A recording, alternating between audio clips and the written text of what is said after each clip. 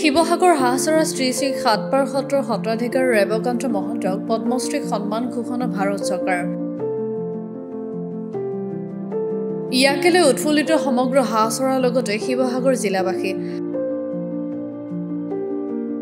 মুখা শিল্পৰ লগত জড়িত এইগৰাকী বিশিষ্ট ব্যক্তিয়ে পূৰ্বে ৰাষ্ট্ৰপতিৰ দ্বাৰা কেইবাটাও বঁটা লাভ কৰিবলৈ সক্ষম হৈছিল।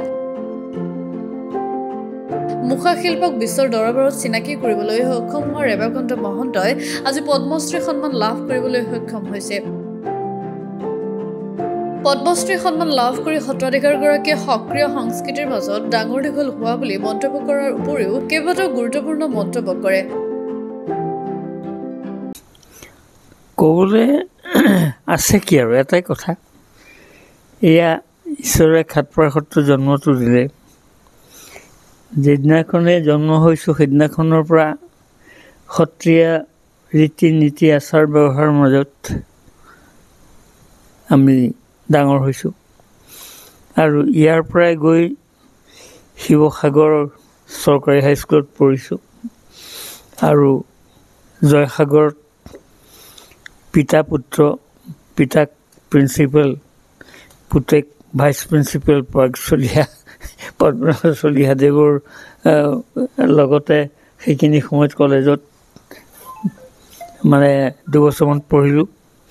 সেইদৰেই আমি তাৰপিছত ইয়াত ঘৰত নৃত্য গীত বাদ্য শিল্প সংস্কৃতি এইবোৰ সত্ৰীয়াভাৱে শিকি বুজি ইয়াতে ডাঙৰ হৈছোঁ আৰু এতিয়া বয়স বাঢ়ি গৈ মোৰ বয়স 89 বছৰত পালেহি।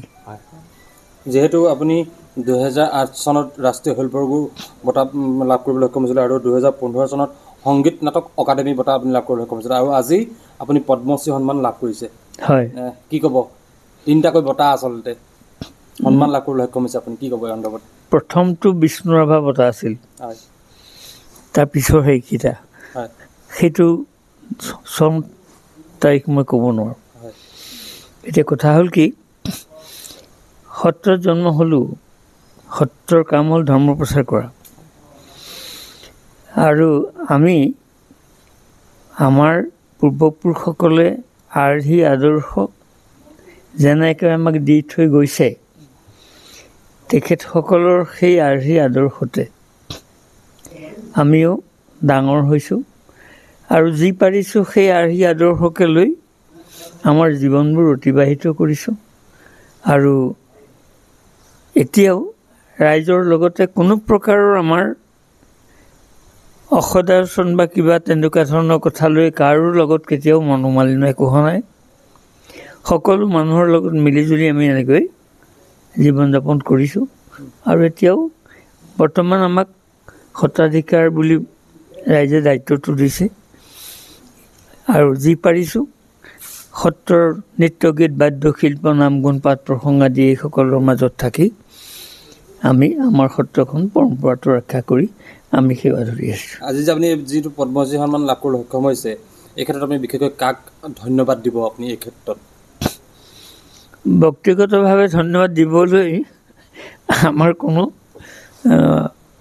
মানুহ নাই, কাৰণ সকলো আহিছে আৰু সকলোৱে আমাক সহায় সাৰথি কৰে।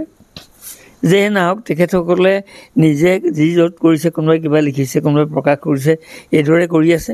সেইসকলে কৰি থকাৰ পিছত এতিয়া সামগ্ৰিকভাৱে এই কথাটো গোটেইবোৰ আমাৰ বিদগ্ধ পণ্ডিত আছে, আমাৰ লগত যিসকলৰ আছে যোগাযোগ আছে, তেখেতসকলে আমাৰ বিষয়ে যি মন্তব্য দিছে, যি লিখিছে সেইখিনিৰ ওপৰতহে নিৰ্ভৰ।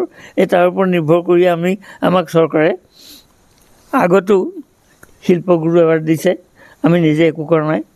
সংগীত নাটক একাডেমি এৱাৰ্ড দিছে, আমি নিজে একো কৰা নাই। এতিয়াও এইটো বঁটা দিওঁতেও আমি নিজে একো কৰা নাই, ৰাইজে কৰি আছে যি আমাৰ হৈ, আৰু আমি ৰাইজৰ ওচৰতে সদায় মানে কৃতজ্ঞ। প্ৰথমটো বিষ্ণুৰাভা আছিল। কোন চনত পাইছিলে এইটো? সেইটো মই ক'ব নোৱাৰোঁ, দিয়া পাহৰিলোঁ, লোৱা কালৰ কথা।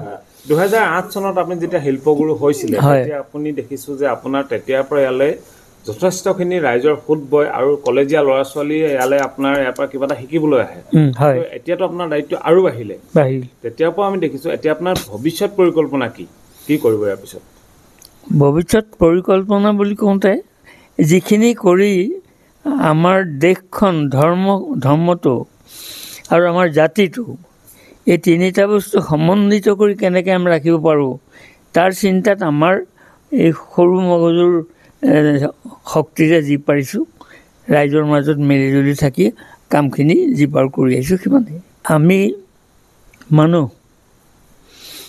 মানুহে নিজেই কয় যে প্ৰাণী শ্ৰেষ্ঠ